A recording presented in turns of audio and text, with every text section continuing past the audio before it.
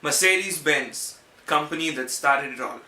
They invented the first motor vehicle in the year 1886.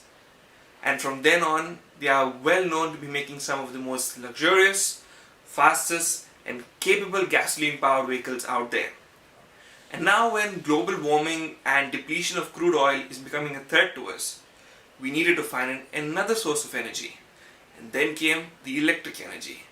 Now, although being late to this party, Mercedes-Benz has finally entered the EQ segment with their all-new electric car, the Mercedes-Benz EQC.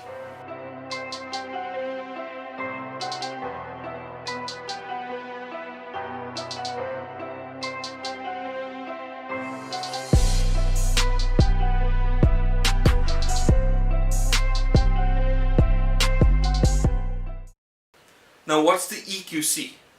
Let's find out. But before that, all of you all who haven't subscribed to our channel yet, go and subscribe to our channel. Also, press the bell icon so that you'll get notified every time we put up a video. Now, let's get straight into finding out what the EQC is all about.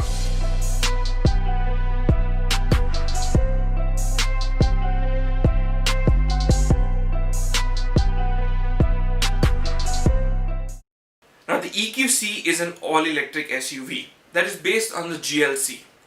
So what they did is they removed the engine and put in batteries. Yes, that's what they did. They put in two electric 85 kilowatt motors, one to power the front axle and one to power the rear. Now, although the front one will be doing most of the work, the rear will only be used when you need that extra power and you want to floor it.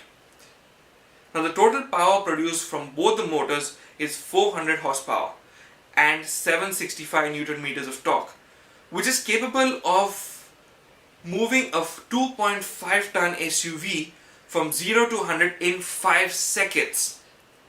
Now, the claim mileage on a full charge is claimed to be at around 450 kilometers.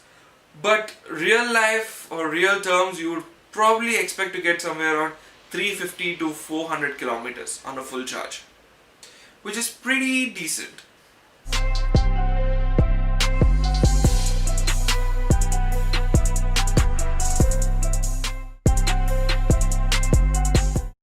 To the exterior, they have changed a few bits to make it look different from the GLC.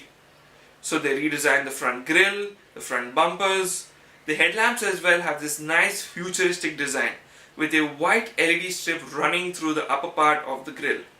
And the same thing is carried on the rear as well.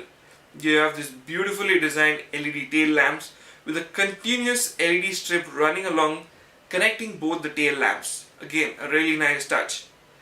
Now, coming to the wheels, you have this huge 20-inch alloys with this blue color spokes around this silver to make it look electric. Now, the EQC is 100 millimeters longer than the GLC, with quite a few amount of batches around the car, stating that it is an electric car and probably letting everyone know that you're driving an environmentally safe car. Overall, making the exterior look pretty handsome. Towards the interiors, the quality standards are Mercedes levels with all the premium leather, soft touch material and loaded tech that can be controlled at the tip of your fingertips. Now, they have changed the dash layout and made it look different. They have added two MBUX screens, one for the instrument cluster and other for the infotainment system, from which you can control your different driving modes. There is voice activation that wakes up every time you say Mercedes. It also has an EQ menu that shows you range, which motors are being used and how much energy you are using, etc. Now, the cabin is extremely silent. Mercedes has gone a step above and done a very good job in sound insulation, wherein you can barely even hear the wind noise, your tire sounds, etc. inside the cabin. Now, coming to the main question, is it worth buying a 1 crore plus car in a country where we don't have the infrastructure yet? Now, although Mercedes has said that they would be tying up with some partners and installing these DC fast chargers around the country, wherein you can charge from 0 to 100 in 90 minutes, which is quite a lot, but relatively less compared to your home socket, which is a 15 amp that can charge from 0 to 100 in 21 hours.